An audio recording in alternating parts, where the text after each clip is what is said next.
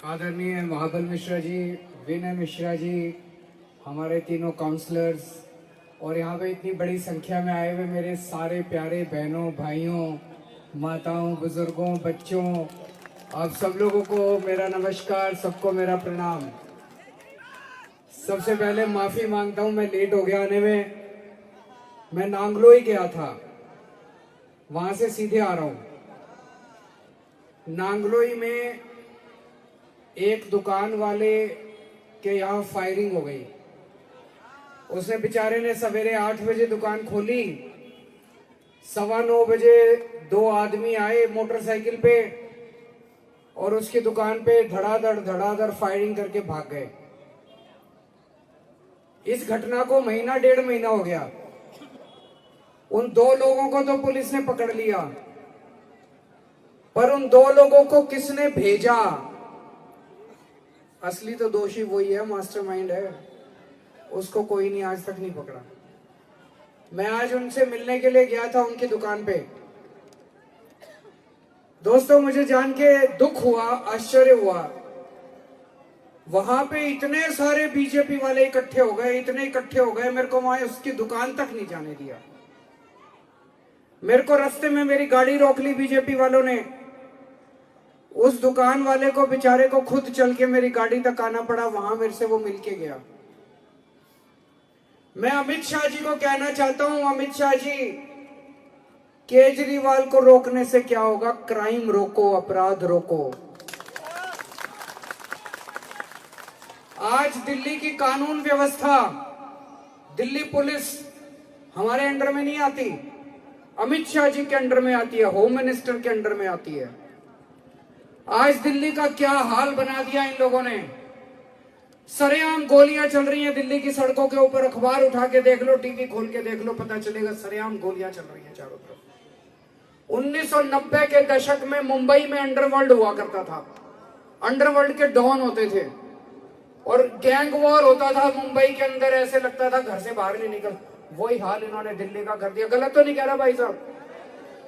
यहाँ इतनी माँ बहनें खड़ी हैं, बहन जी ये बता दो, घर से बाहर निकलने में डर लगता है नहीं लगता? लड़की घर से बाहर जाती है, सवेरे कॉलेज के लिए जाती है, शाम को माँ बाप का दिल धक धक करता रहता है, पता नहीं सुरक्षित लौटेगी नहीं लौटेगी। 7 बजे के बाद लड़की घर से बाहर नहीं निकल सकती, महिलाएं घर से बाहर नहीं निकल सकती। महिलाएं अपने आप को इतना असुरक्षित महसूस करती हैं। इन्होंने, अमित शाह ने पूरी दिल्ली का क्या हाल बना के छोड़ दिया, इतना बुरा हाल कर दिया इन्होंने। आपने 10 साल पहले मेरे को जिम्मेदारी दी थी। आपने कहा था केजरीवाल जी बिजली ठीक कर दो, मैंने बिजली ठीक कर दी। बिजली जाती तो नहीं है, अब 24 घंटे रहती है। बिजली के बिल 0 आते नहीं आते। आपने मेरे को कहा था स्कूल ठीक कर दो, स्कूल शानदार बना दिए, नहीं बना दिए दिल्ली सरकार के? आपने मेरे को कहा था मोहल्ला क्लिनिक बना दो, अस्पताल बना दो, मैंने मोहल्ला क्लिनिक भी बना दिए, अस्पताल भी बना दिए। आपने इनको, अमित शाह को, एक ही जिम्मेदारी दी थी, दिल्ली को सुरक्षित बना दो। इन्होंने गैंग वॉर शुरू करा दिया पूरी दिल्ली के अंदर। आपसे पूछना था, हम चुप रहेंगे क्या? अगर आज आप लोग खड़े होकर नहीं बोलोगे तो दिल्ली के अंदर ऐसा हाल हो जाएगा कि दिल्ली जीने लायक नहीं बचेगी, दिल्ली छोड़ के जाना पड़ेगा। और आज मैं कसम खा के जा रहा हूं, दिल्ली को सुरक्षित भी बना के रहेंगे, पावर हो ना हो हमारे पास। कह रहे हैं हमारे पास पावर नहीं है। मेरी पावर इन किताबों से नहीं आती, मेरी पावर आप लोगों से आती है। आप लोग जब तक मेरे साथ हो, मेरे पास पावर ही पावर है। दिल्ली को, दिल्ली के 2 करोड़ लोग सुरक्षित बनाएंगे हम। इन लोगों ने दिल्ली का बुरा हाल कर दिया, दिल्ली के 2 करोड़ लोग मिलकर अब दिल्ली को सुरक्षित बनाएंगे। आप लोग हो मेरे साथ? जितने काम आपने दिए सारे काम करें, कई काम करने बाकी आप करेंगे। अगली सरकार आएगी 5 साल में और सारे काम करेंगे। जितनी टूटी सड़कें पड़ी हैं वो भी ठीक कराएंगे, जो सीवर की समस्या है, पानी की समस्या है, वो भी ठीक कराएंगे। लेकिन सबसे पहले तो सुरक्षा है, घर के लोगों की, है कि नहीं है? सबसे पहले तो सुरक्षा है। एक टाइम की रोटी कम खा लेंगे लेकिन माँ बहन की इज्जत लुट जाएगी तो फिर कहाँ जाएंगे? अगर हमारे घर में मर्डर हो जाएगा तो फिरौती आ रही है। आज इतने व्यापारी मेरे को मिलते हैं, उनके पास एक्सटॉर्शन की कॉल्स आ रही हैं। किसी को कहते हैं इतने 2 करोड़ रुपए, वहीं पे नांगलोई जाट में एक और घर जाना था, वहां भी नहीं जाने दिया इन बीजेपी वालों ने।